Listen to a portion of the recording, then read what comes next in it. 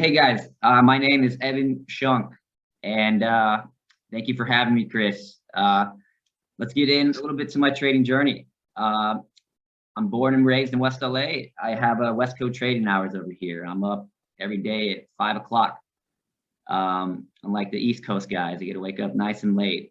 Actually, I prefer West Coast trading because you get the whole day ahead of you once you're finally complete. But my trading journey started in April of 2018. I had just graduated college about 8 months prior. After graduating, I was stuck in the mindset of, well, now what? I'm sure a lot of people feel that way. I wasn't really sure what path I wanted to take, but I did know one thing. I wanted to work with the stock market. The stock market is, I've always loved the stock market. In college, I would always try to buy this, buy that, but I knew nothing about it. I just knew I was always interested. I would try to buy stocks while I was in college. I was studying anthropology at the time. That was my major. So I do things like, buy before earnings and just hope it was a good one. I'm sure plenty of us are guilty of doing that one before. Also just the hold and hope strategy. Just buying something and hoping it's going up. Just, no really good basis for how to go about being profitable in this game. So after college, I thought, well, what do I need to do? I thought about getting my MBA, taking prep courses, educating myself in business and finance. I thought it would increase my chances of getting a job where the stock market was involved, and increase my abilities in the stock market. I know so many people think that you need to know how to dissect a company's earnings report or business structure, learn about business structure to really find success in stocks. But I'm sure it could help, but this is far from the truth.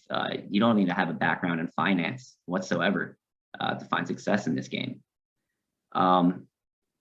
So overall, I decided I stopped the MBA prep course. I was like, no, this isn't for me. I tried doing a Series 66. If you don't know what that is, it's a test to become an investment advisor representative. Wanted to try that, get an entry-level position somewhere. I actually ended up failing it twice, the Series 66. The second time was only by one question. I almost had it, but I'm really glad that I actually ended up failing. My path could have been really different if I simply pass that one question. So once I got home from filling that test, I walk in my house, and this is kind of where Timothy Sykes comes along, because I see Tim Sykes on my television. He was on one of Steve Harvey's episodes. One of Steve Harvey. He's giving a live interview by Steve Harvey. And immediately I was intrigued. He was talking about stocks on the show, and I read in day trading, and so I researched him more. And the way he talked about stocks and trading was really making sense to me. It made logical sense. He would talk about psychology of stocks and the way how there are predictable patterns in the market to take advantage of. So that really resonated with me, that type of talk. Part of me always knew that the stock market was kind of like a game, but I didn't know the rules. So that's something I needed to learn, but I knew it was something that I could be successful at. I have a gaming background. Used to be a big gamer. I'm sure we got a lot of who isn't likes to play some video games, but I was obsessed with gaming. And it had a huge history in it. I would just thought that if I focused as much on trading as I did, focused as much as I did on video games as I did with trading, then I can find some success. The amount of energy I put on video games, I just got to transfer all that to the stock market. And I knew I could get good at it. I always had a knack for finding patterns in video games. I'm sure you're probably aware how pattern-oriented video games can be. I was actually a very competitive gamer. I said that. I wasn't on a professional team or anything, but my skill level was definitely at a pro level at that time. In 2011, I was actually invited by Activision to the very first Call of Duty XP tournament. I actually believe it was the first $1 million live esport tournament in the US. They found me through my high ranks on worldwide leaderboards in multiple different game types in Black Ops 1. So I had an act for that type of stuff. So let's go back to the Sykes chat room. So after research on Sykes chat room, I just thought, I'm gonna go for this. I'm gonna give it my all. I'm gonna stop Series 66. I'm gonna stop this. I'm gonna dive right in. And when you go into trading, guys, I'm sure you've already experienced it. It's got like there's some sort of people are skeptical. You know, my parents were skeptical. My mom was just she was not having it at first. She was very skeptical. My dad was like, okay, let's see what you can do. I have friends that would, sometimes make fun of me a little bit for going down this route. You get some hate. People are just so unaware of, they think it's just gambling, right? You're just gambling your money, and it's just not something realistic. But I was going to give it my all. I ignored all the hate. You got to do it. And I went ahead and made an investment in my trading education and signed up for the Tim Sykes Challenge chat room. From then on, I did not look back. I engaged in every DVD, endless webinars, learned from a variety of different traders in the chat room. I learned a lot from Sykes. He really helped with the basics of technical analysis, just the trading language, what is really going on in this game. But it was Tim Grittani, the trading style in that chat room, that I resonated the most with. And Stephen Ducks as well. Grittani was a moderator in the chat room at the time and was very active. Ducks was actually still present in that chat room. If you didn't know, Ducks was born in the Tim Challenge chat room as well. Although it was just before he decided to go off and do his own trading community, create his own chat room, do all his own stuff. So he was only in there for a short amount of time. But Tim Grittani is where I learned how to track data from Trading Tickers as one of his DVDs. And Ducks was the reason why I zoned in on specifically gappers. We'll talk about that. But I learned tracking data through Tim Grittani and how to go about an Excel sheet somewhat. Well, my brother helped me with that. But anyways, I concentrated on gappers, or let's get to the next slide. Let's see. So yeah, I decided to concentrate on gappers because there was such a statistical edge with them. And I noticed that the profit potentials, if you really honed in on this strategy, the profit potential was huge if you could really master it. And then knowing that I had data for patterns, I had entries, ideal exits, allowed me to, remain a bit emotionless as I was doing it. Data allowed me to be unlikely to be shaken out of crazy manipulated moves and whatnot. But I knew that having a calculated edge is something that I needed in trading. I needed to see it on paper. I needed to know my stats, my statistics. So data tracking was essential to my style and what resonated with me. Let's do the next slide. And that's when my trading style started to come out. I became a quantitative trader, which is basically an approach that relies on a mathematical and statistical model to identify and execute on opportunities. And so what I would do is collect data, focusing on gappers. You have to track every single variable.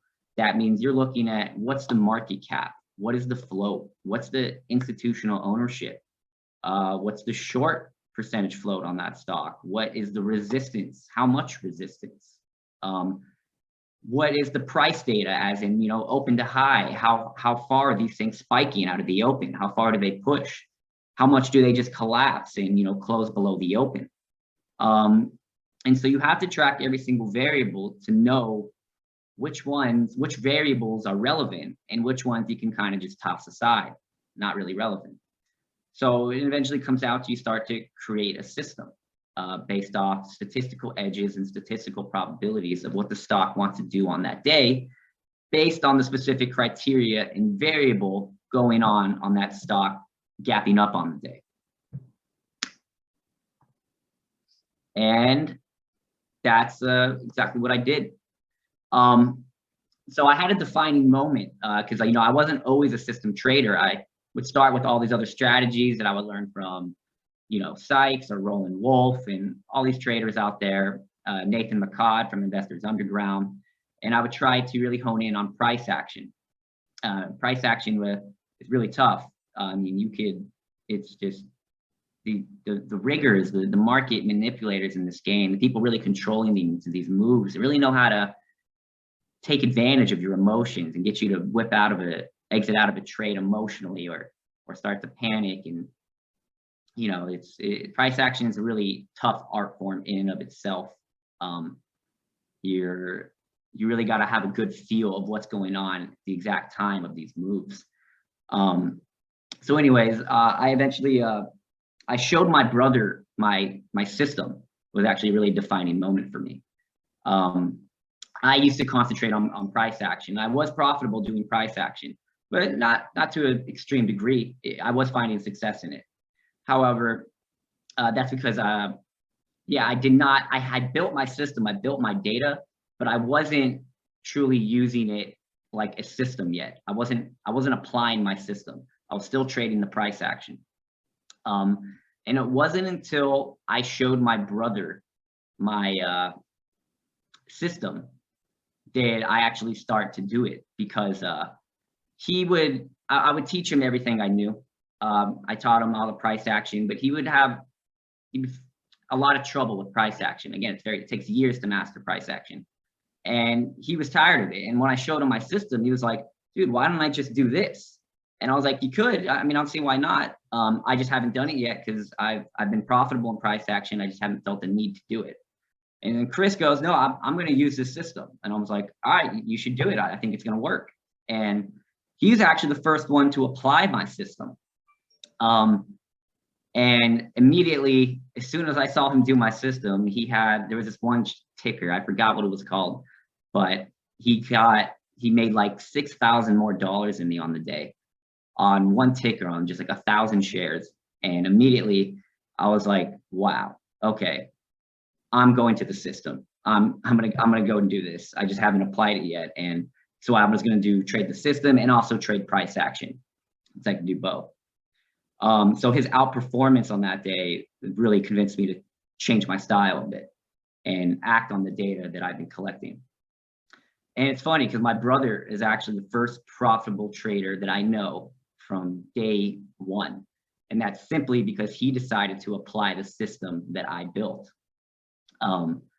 That's the thing about system trading. If you have a profitable system, you can be a complete beginner. You don't even have to really understand much of what's going on in the market, as long as you know how to follow the rules.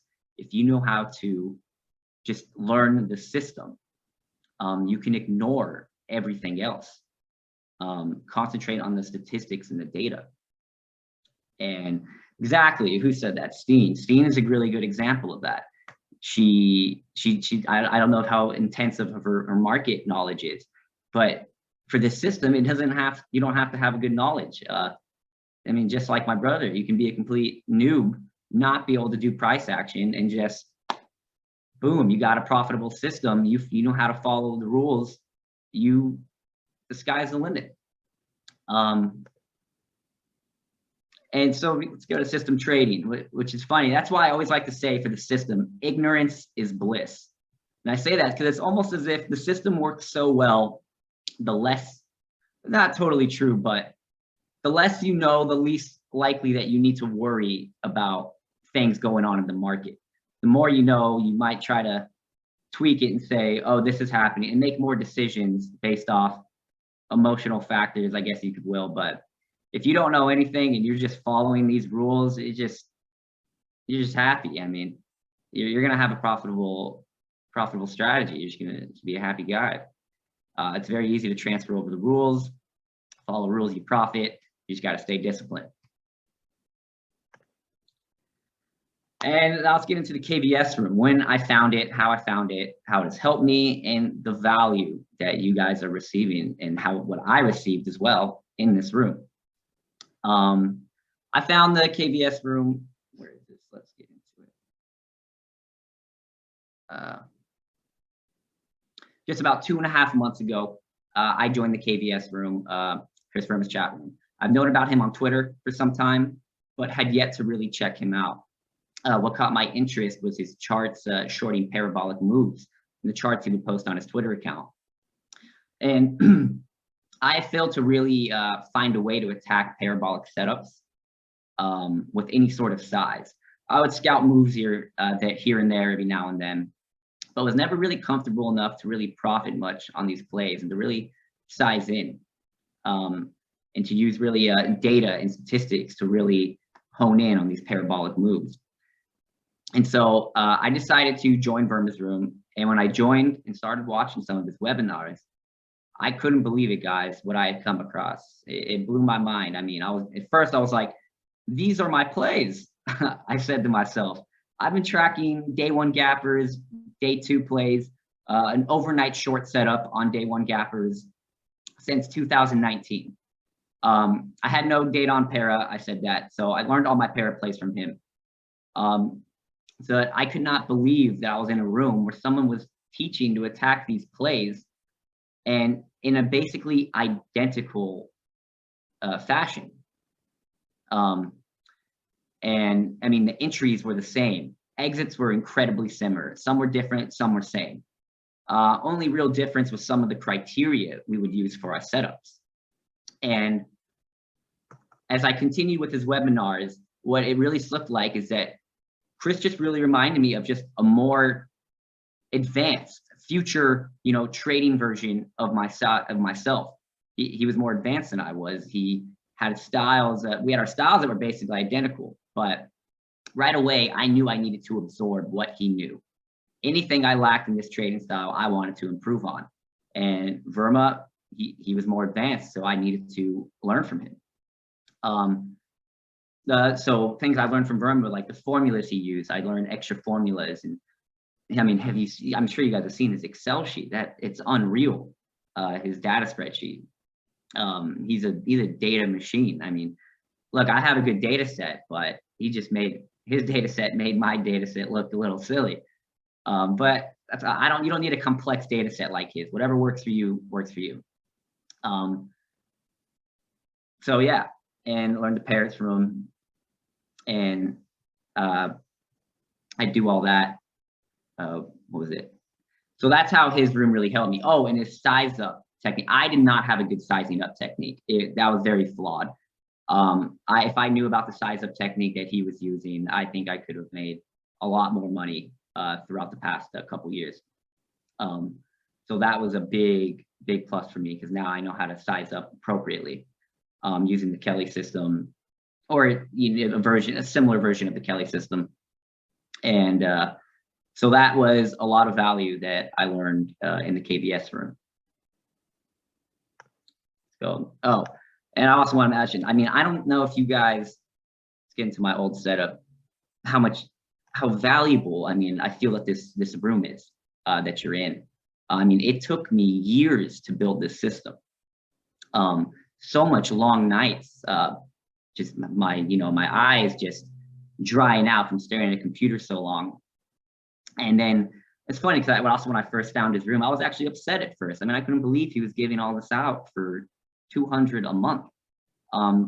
Something that took me long nights and so much time to really hone in on, and he was just handing it away.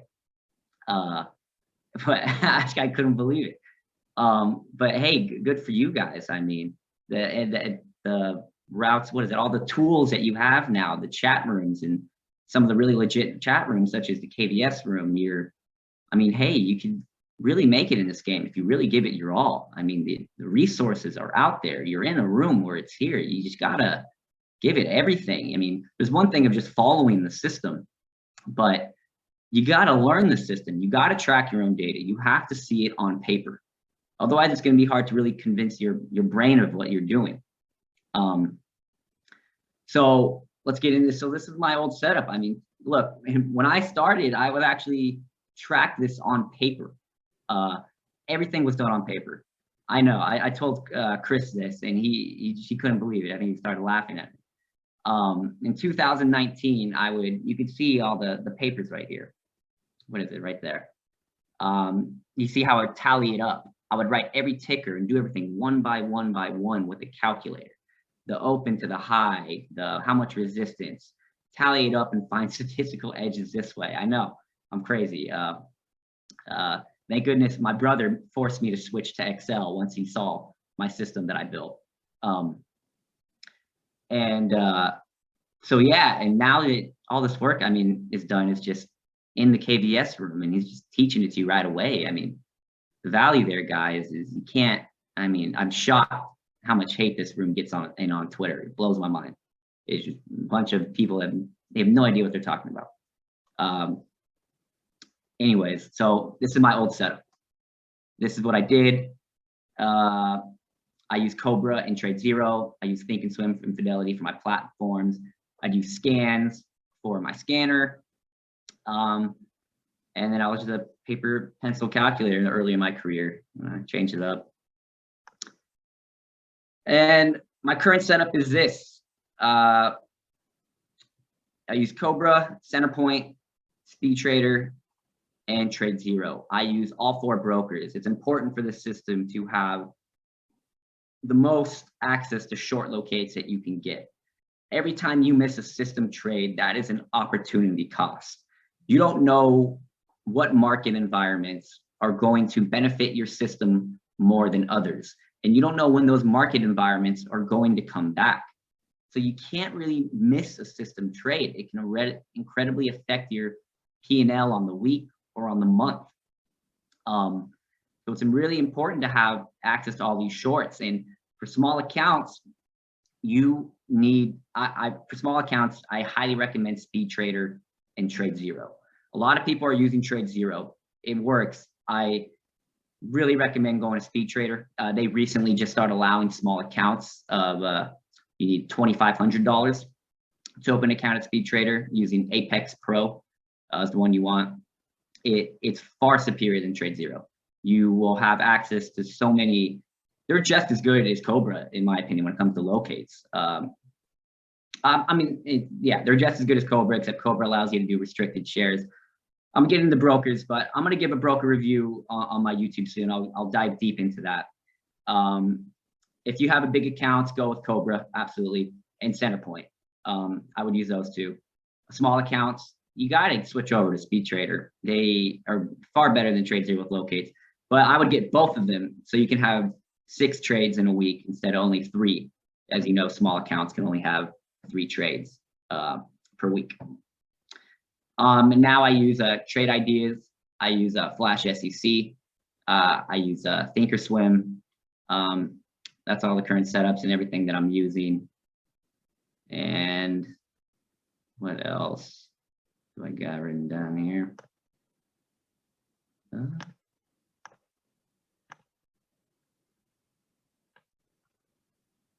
Trade driven. All right, let's get to the next slide. Broker review, yeah, I talked about that. Small accounts, Speed Trader, Trade Zero. Big accounts, Cobra and Centerpoint. Trading recaps. So in the future, I do want to, you know, I'll be giving out trading recaps. I do want to help struggling traders. It's something I enjoy doing.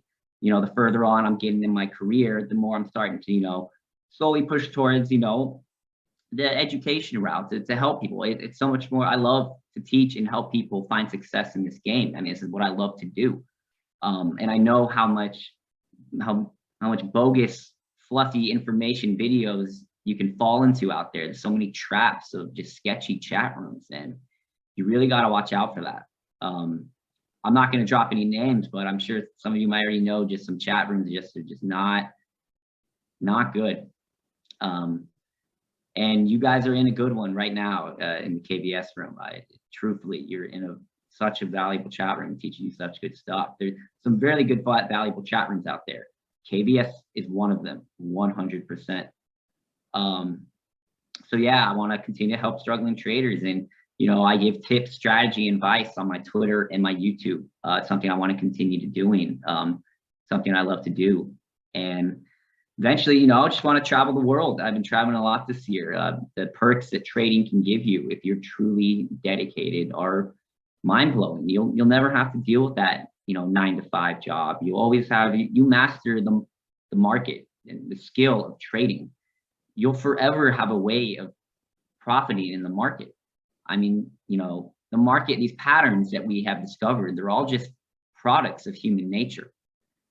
Human nature is never going to change. These patterns are always going to be there. And if you can start to figure out how to really master these patterns and scale trading, you'll never really have to worry about, you know, income again. Once you get to that disciplined skill level, and you can just trade from anywhere you want. I mean, it's the dream job, in my opinion. It's like I get to play a game the rest of my life. It's incredible. So, you know, I'm gonna go travel the world, just be where I want, internet, laptop, you're good to go. And there's another reason why I pursued it, and that's the future that I'm doing. And there it is. That's my webinar, guys. Hope you enjoyed. And if you got any questions, I'm here to answer all of your questions. If you guys need answer in the KBS room, I'll also answer some in the Zoom room, but I'm going to start with the KBS room. If you guys got any questions for me, I'm happy to answer everything.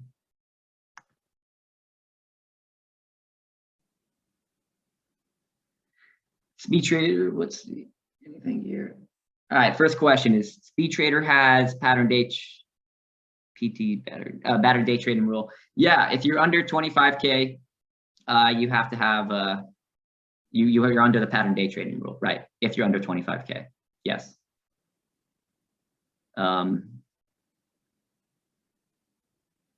Yeah, when I started, I really honed in on the gap up short. When I saw Ducks, I bought one of Ducks's DVDs, and he really pushed me towards the gap up short. I really feel the gapper is one of the toughest patterns out there. You really need data and stats out there, I think, to really hone in on that. You got to have a system behind these gappers, because they're just such wild movers. I mean, I'm sure you guys have seen them, the moves these things can do. I mean, how do you not get chopped out on some of these if you don't have statistics to really keep you calm on these moves, knowing that it's going to work out in the end? So hone in on one pattern, choose what pattern you want that to be. I think the gapper pattern is one of the best, one of the toughest, but one of the most profitable patterns out there, 100%. Yeah. Scalping by improving reaction time, quick decision making. Yeah, gaming could help with scalping. Yeah, coding would help. Yeah, with KBS, my profits have increased because I have learned. So I got a question in the chat room. I've seen compounding growth in my account since KBS. And yes, I have actually, one of my best weeks was this week. I made over, I think, $117,000 this week. And a lot of it was thanks to the sizing up method that Chris Verma uses. He uses the Kelly system. If you want to learn about the Kelly system, Verma teaches it well. Go check him out. Basically, I'm able to use more size incrementally as I compound profits. So yes, my size up has increased, and if my size up has increased, yes, my profits have compounded more and increased. Expenses to build a long-term investment portfolio versus keeping money in your bankroll. How do you manage wiring out for it? So I got a question. How do you manage wiring out for expenses or to build a long-term investment portfolio? Oh, how I wire out? I don't know. Just whenever I need to pay the bills and my checking account goes low, I'll go and throw in another 15 to 20K in my checking account. That's pretty much how I do that. I mean, and I actually don't have a long-term investment portfolio. That's something I lack. I used to do that in college, but ever since I got into day trading, I kind of just stopped my long-term investments. Don't really do it that much anymore. keeping more. And yes, it's important to keep more versus keeping money in your bankroll. I see. Yeah. Oh, okay. Yeah. Okay. That gives me a good point. How do you manage wiring out expenses or to build long-term investments versus keeping more money in your bankroll? Because if you size out some of your money from your account, your size will decrease. But that is a good thing. Once you start to really compound profits in this game using the system, I find it to be incredibly helpful to, necessary to take profits away. Once you compounded so much growth, reserve that profit, guys. That money is real. You don't always have to just be smashing in such huge Kelly amounts every single time, 50, 40% Kelly. Yeah, if you continue with the system, your profits may continue to increase, but you have to take into account the volatility that you'll deal with sometimes. And that could be really mentally exhausting. And we're only human. So you got to choose the amount that's really comfortable for you. And when you really start to compound profits, then, make a decision to maybe slow it down a little bit, reserve some of that, go to a 20% Kelly, 25% Kelly, whatever you want, but something, reserve those profits when you start to really size up. I think that's important. You don't want to be dealing with, you get to like a 500K account and then you take a 40% Kelly loss on that. I'm losing 200K. I'm not doing that. I will slow down the Kelly as I start to really accumulate profits. And here's a question. How has the system helps you dealing with losses? The losses, look, there's downtrends. There's always going to be a downtrend. Even if you don't even have to trade a system, there's always going to be months in trading, however your style is, where you're going to have a bad week, have a bad month. It's going to be a time period where your account will draw down. And there's just no way around it. Losing is part of the game. You got to become a really good loser in this game. That's part of trading. You got to become the best loser. And when I take losses, you just got to realize that if it's a planned loss, if it's a planned part of your system loss, that is a good loss every single time. And you have to tell yourself that. Any system loss is a correct loss.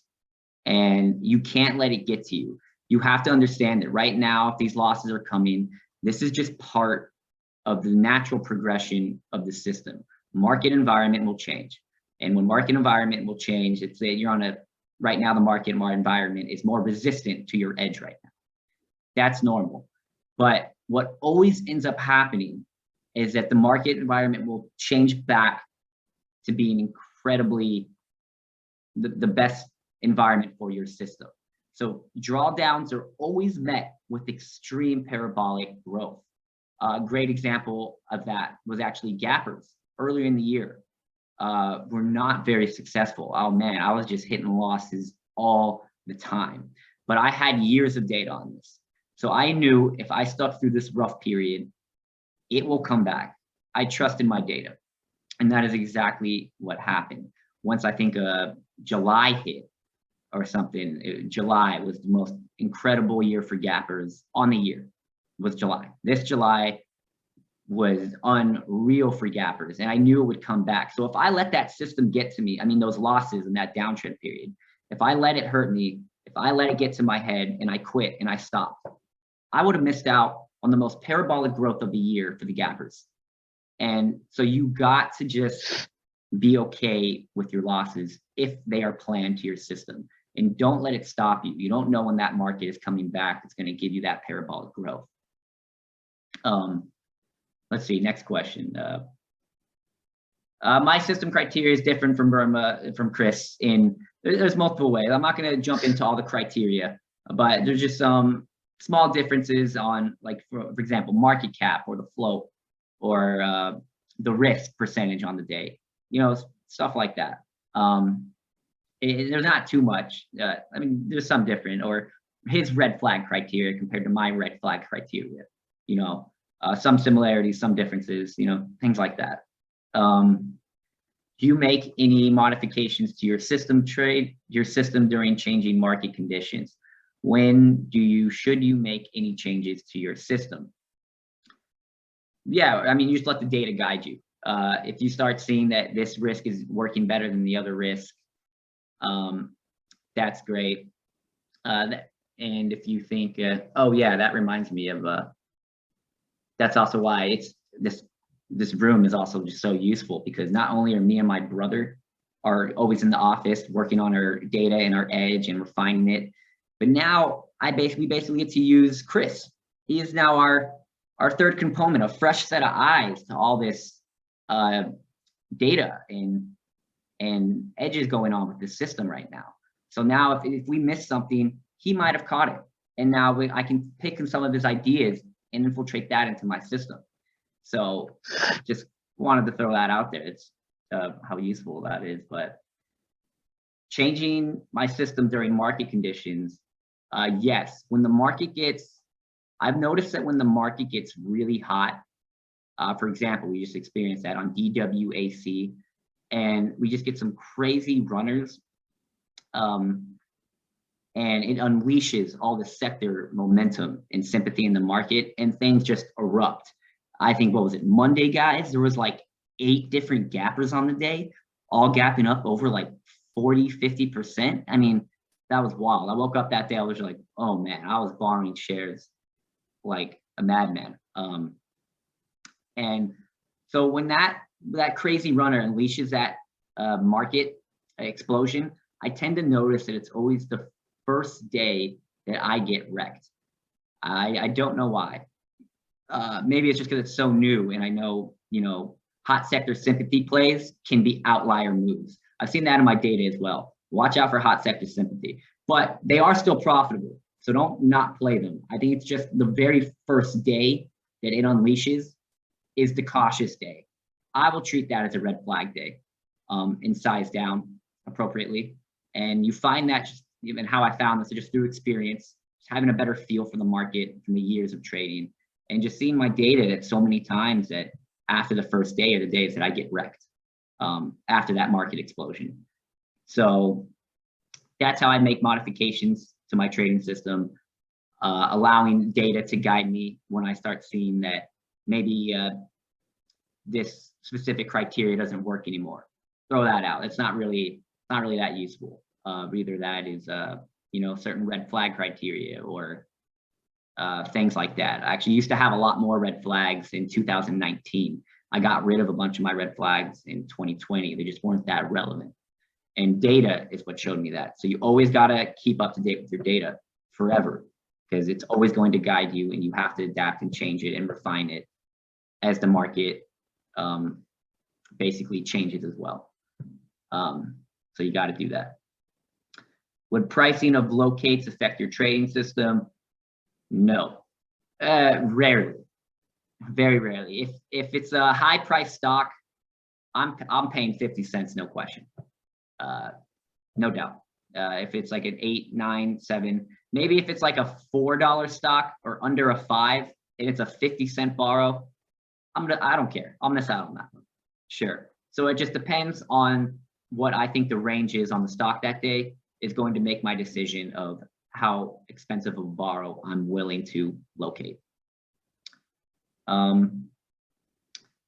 Yeah, so always keep that in mind. High price stocks, sometimes you gotta pay, and it's worth it. Low price stocks, if they're expensive, maybe you can avoid it, it's fine.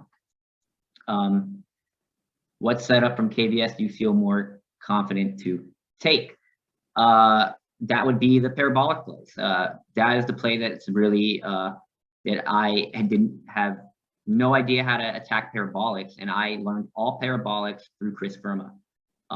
I use his trade ideas scanner for Parabolic Plays, and I'm tracking them now rigorously.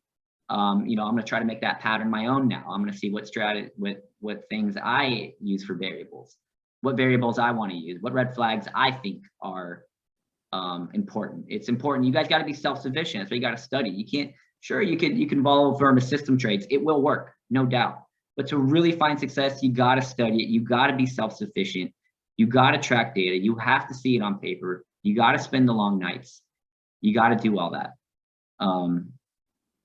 But yeah, parabolic plays are what I use the most for this chat room. And what have I been finding success in, actually? I started, what was it, like a 10K parabolic account. And I think I'm already at like $18,000 with that 10K parabolic account I've been using. So it's already up already 80% on my parabolic plays, guys. I always start any new pattern, I do small size. I get to feel for it. I just get used to it, and I learn that way. And I get it on paper. I want to see it. I'm not, this room is not just some alert following system. You got to learn it. Let's see. What's your process for developing setups and refining criteria? Developing setups. I'll use, once you just see something consistently happen in the market over and over as you watch and watch, you take notes and you say, hey, I want to pay attention to that. I'm always tracking data, so I'm always cross-referencing variables in my pattern. Since I have all the variables, I now can see them play out in the pattern, which allows me to know which variables are relevant and which variables are not relevant. It's really important to do that. That's why you have to do this yourself. Otherwise, you're never going to know which variables are important, which ones are not. And process for developing setups and finding criteria. So that's my process. I'm always on the Excel sheet. I'm always cross-referencing. I'll take a criteria, plug that into my spreadsheet, and see what the outcome is using this criteria. Or I'll use a different criteria. And so I'm always analyzing my data. That's how you have to do it. Are you a trader that watches every tick minute by minute? No, I'm not a trader that watches every tick by minute, or at least it's not that relevant for me.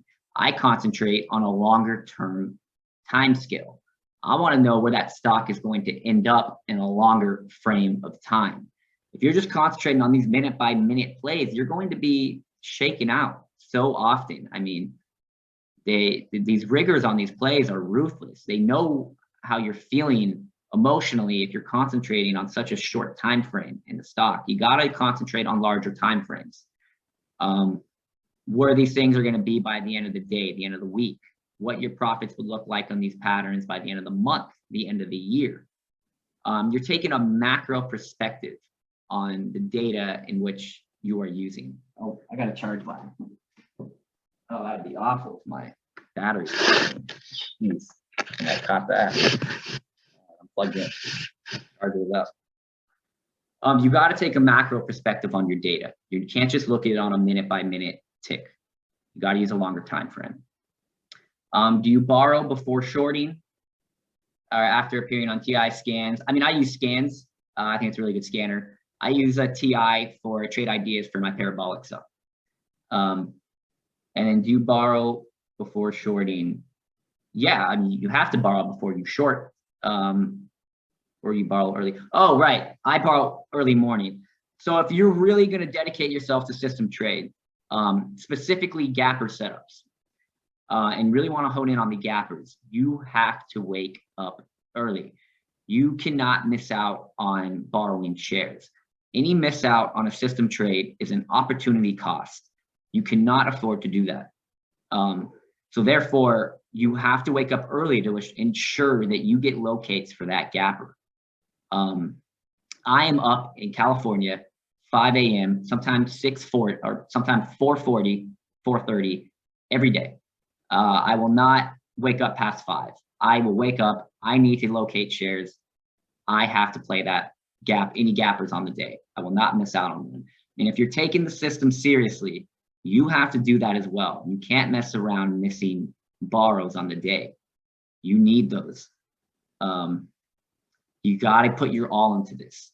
So system traders, you're waking up early, no question about it. You can't just show up at 6. You might not get locates that day. Let's see. Are you a trader? Do you borrow before? What's it? All cases sex is given out here. Do you ever long? I do have. I tried going. Do I ever long stocks? Incredibly rarely. And in fact, if you ever see me long a stock, you should just short it. I am not a successful long trader whatsoever. I actually lose every time I try to long a stock, but I am working on it. I've been noticing, I've been trying to gauge on when these gappers tend to reverse. You know, so many times when you have a big gapper set up, they'll like kind of trap shorts. They'll convince shorts that this thing's going to fade, and they'll slowly grind it back up, and then they'll rip their face off. I've been tracking those. I'm trying to use a volume forecast method of when these things that are giving that coil action, you know, and breaking out past high day, you know, maybe past maybe in the afternoon it does that, or maybe after 2 hours after the market open. I'm trying to figure out the best time frame. But when they go out, it can get nasty for shorts, and it might be a good idea to just cut right there. I've been working on that. It's not official yet, but I've been working on it for some time actually. I used to act more on it, but so many times they'll break it past high day, and that's really just the rigger's plan to just unleash all their shares in the shorts covering. So I track data on longing, haven't found too much success with it. Do you have one entry, one exit on gappers? Vast majority of the time, yes. Sometimes if I really feel like the stock might take a push out the open, I'll like only get some shares in on it, on the stock. Yes, I have one entry, one exit. I like to get a lot, you know, close to the open. I'll try to get on a push sometimes. You know, if it's a hard fail, I might try to get on a bounce, but more often than not, I have one entry, one exit. And I also trade the price action as well sometimes, but most of my profits come from my system entries and exits. Entry, one exit. Okay. From the beginning of this year, gappers were crazy, and like you mentioned, from June, July, they started working. Did you completely stop trading the gappers, or what were you doing then? In June and July, I mean, before June and July, the gappers were really tough some periods, but I didn't let that drawdown get to me mentally. I fought through it, and I know some of you probably, many people probably stopped gappers at that time. They were nasty. I didn't let it get to me. I also had, my size was appropriate to take drawdowns at that time, and I kept with it. And so when July came, it was just exponential growth in my gapper system. My red flags, I mean, I got a lot of red flags. I could talk more into that. I can throw a tip out for red flags right now, and I'd say one is your recent IPOs. I would watch out for recent IPOs. I separate those on all my patterns. I separate recent IPOs when they don't have a trading history, when it's just a recent IPO stock. I've seen them just do nasty, nasty moves, and that is a red flag for me. And unless there's resistance, guys, I think Chris has already been talking about in this chat. Resistance is good. Resistance is always the best for all of these. I mean, resistance are short sellers' best friends. So resistance is really key on a lot of these plays. Yeah, like AGRI or Grom. I'm sure everyone remembers Grom. That was a recent IPO. Yeah, there's a lot. Watch out for recent IPOs. Just track them. See what you find. You got to be self-sufficient. Let's see, what other questions we got? How is your trades feel dangerous to short a gap? Don't have guts to short it. I feel dangerous to short a gap. I don't have guts to short it. Does KVS Room advise how to minimum the risk to short? The KVS system will provide a profitable strategy for gappers. You got my word for it. I've seen them. It just, I mean, hey, just if you don't believe me, just go in and see the criteria and track it yourself. You can't just walk in there and just, I mean, sure, you could walk in there and just follow it, and you know, I don't think you're gonna find so much success in just doing the following game of his system alerts that he has in there. Every now and then, yeah, I mean, you'll probably make money. It'll work. I think you can do it. But for long run efficiency, you gotta learn it. You gotta study it. But yeah, you could check out his gappers, and they are successful. The data is clear, and you should check it. More and more people getting turned the use of, with more and more people getting turned on to the use of data and using the same data and mechanical approach, what is your opinion on the potential deterioration of the edge? That's a very good question. He's basically asking, do I think this edge can disappear as, maybe more crowded it gets? That was a big worry for me as well. Another reason why I was like, oh man, I can't believe Chris is handing all this out. It's going to get crowded. It's going to get this, it's going to get that. But I've actually talked to him, and it's a debatable topic. However, I am on the side that the edge will not deteriorate. These products are patterns of human nature. And as long as human nature is always going to be there, and I mean, human nature doesn't change. It's always going to be there. Therefore, these patterns are always going to be there. That, and there might be some fluctuations in them, but if you track data, you will catch it. You can adapt. You always have to adapt. So I'm not worried about, this edge disappearing anymore. And not to mention, I mean, it's such a tough strategy to begin with. Most people that actually try this strategy can't end up doing it. There's like such an emotional component to the strategy that mentally it just kind of goes against human nature sometimes, if you will. And that is and so many people end up failing, which leads me to my another point. Yeah, the information you'll be learning, it's so useful. But everyone has their own trading personality. What works for me in my system might not work for you. And that's just a fact. Every trader has their own style, and what works for them works for them. What works for you works for you. However, learning this stuff is incredibly important. Even though it might not work for you, you'll still learn so much from it. And hey, if it doesn't work for you, there's other ways to trade out there that you can go learn from, and go do that. But for me, this system set of rules, having a statistical edge and mathematical just probabilities going on, and being able to see on paper what it is that should happen and will happen according to the numbers, that is something that makes sense to me. That is something that is important to me. And that's the way I do it. And I'm not worried about the edge disappearing anymore. That's something I used to be worried about. And no, don't worry about it. I mean, so many people, so tough to do this system is what I'm starting to learn. Let's see. Yeah, rules and system make life a lot easier. Again, everyone is different. So if it doesn't work for you, hey, it's not your style. It's not in your personality to trade like this. But the information you're learning is just incredible and so necessary. I mean, I don't know how. I mean, of course, it's coming from me. How are people trading without statistical edges? I mean, that just doesn't make sense to me. You gotta have it. However, it doesn't mean you need to. A lot of people don't track data and they still find profitability. You can do that. But yeah, I think data is key. That is my opinion.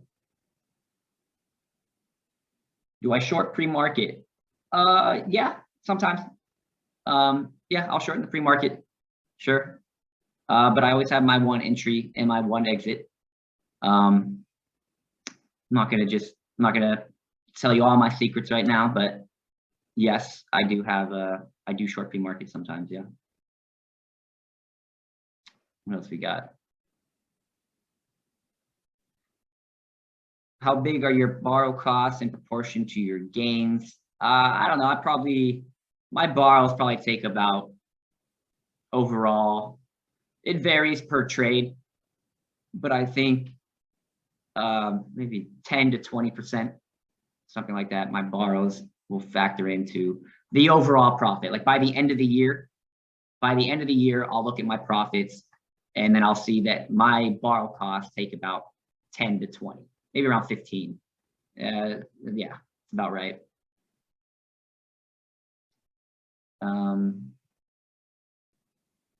Volume red flags for gappers. I actually do not have a volume red flag for gappers. No, not me. You short pre-market, but I've been looking at it and it's just tough. I mean, I've noticed that for volume, it might be a red flag, but at the end of the day, I mean, if I still just hit those ones with big volume, they still work out. I think more of a volume forecast, like what it's doing after 10 to 30 minutes of that market open. I'm trying to factor that into my gappers to maybe see if volume forecast is X at this time, odds may be best to get out right then and there. I'm working on that. I just don't have it completely finished yet.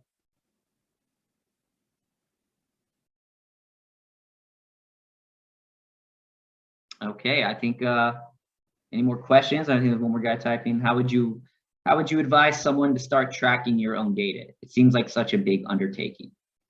Great question.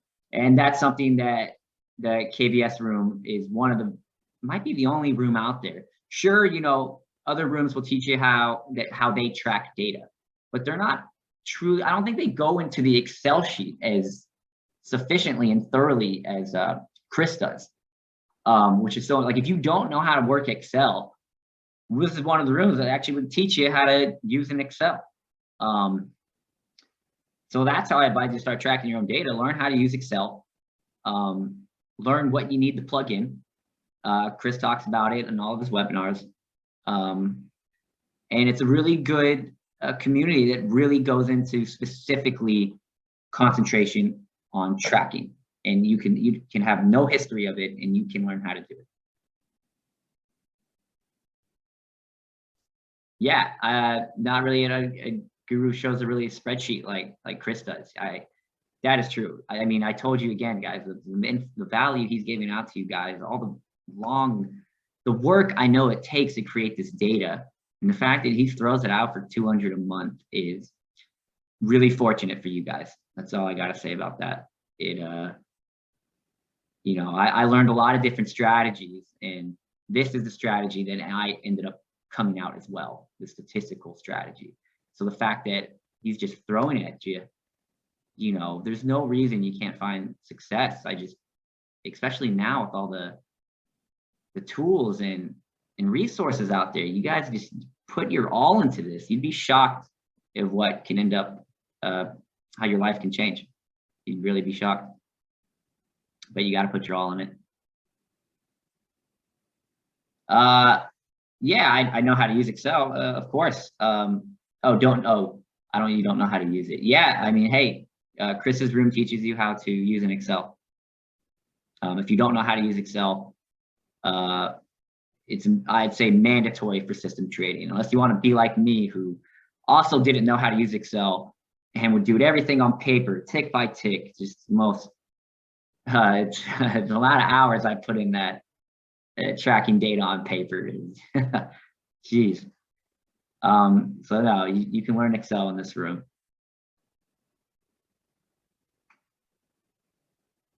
And you need to learn Excel, yeah. Using your own volume forecast model. No, I actually don't use my own volume forecast model. I have a, you know, as you get into, you know, get better and better at trading, you start to branch out more. You start to, your community of traders, you start to talk and, you know, branch out in your community of other successful traders, and they'll help you. I'm actually a buddy. I guess we're friends. Just a trader I haven't met yet, but we've been talking a lot. We always talk shop. He actually created his own volume forecast method, and I see that there's a lot of value in there as I'm starting to look at it, and I want to start incorporating that into my gapper strategy. So no, I did not come with my own. I do not know how to code, but as you start to make connections in the trading world, you might make a friend that, you know, you could start sharing tips and strategies with.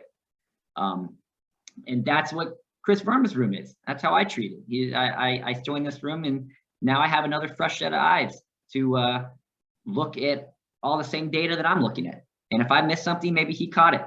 You know, so it's really useful in that sense.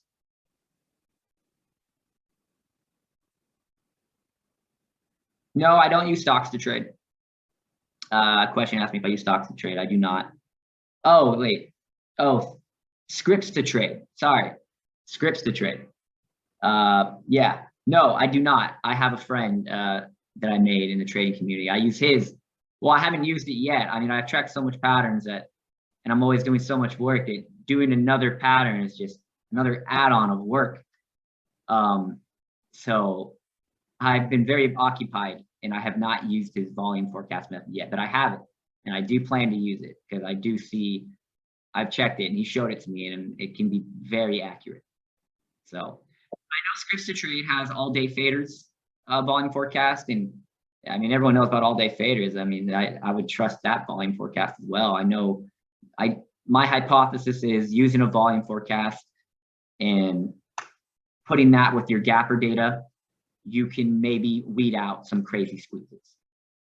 And I increase your probabilities of not getting hit by big squeezes with a volume forecast. You just have to get data on it. You have to have data back tested on it. And so that's what I need to do before it becomes a conclusion and before I act upon it.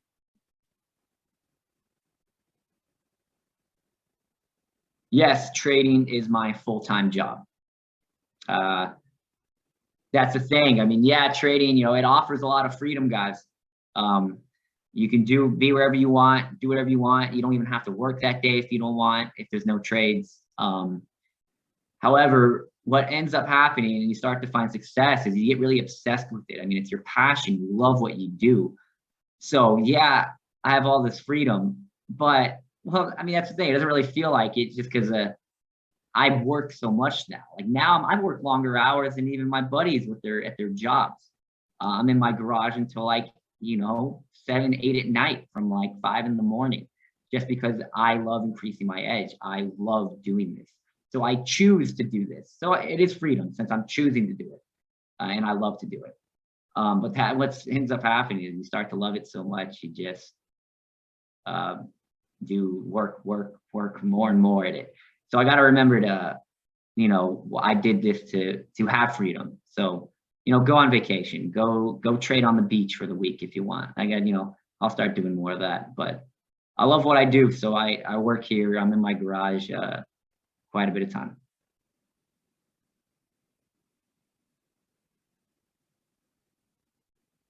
Let's see. What is the minimum percentage that a stock has to gap before you take a look at it? For me, 40%. I'll sometimes look at 30%ers, but I'll use smaller size for 30%ers. For me, the answer is 40%. I need that stock gapping at least 40% on the day. If you want to get a more look of just what gappers are in general, the gap up short, people call it the gapping crap. I actually have a video on my YouTube channel. Just goes over the basics of the gap up short, gapping crap pattern. So just go take a look at that. If you don't know what the gap up short is, the gapping crap.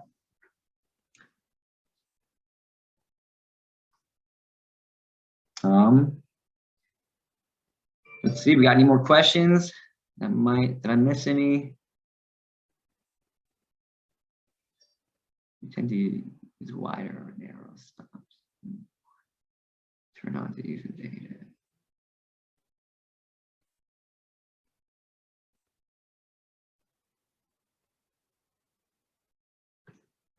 Okay, I think yeah, thank you. Okay, I think there's one more person typing, a couple more questions. Okay, I think that's gonna wrap it up, guys. I'm supposed to do this for an hour. It's 11:03.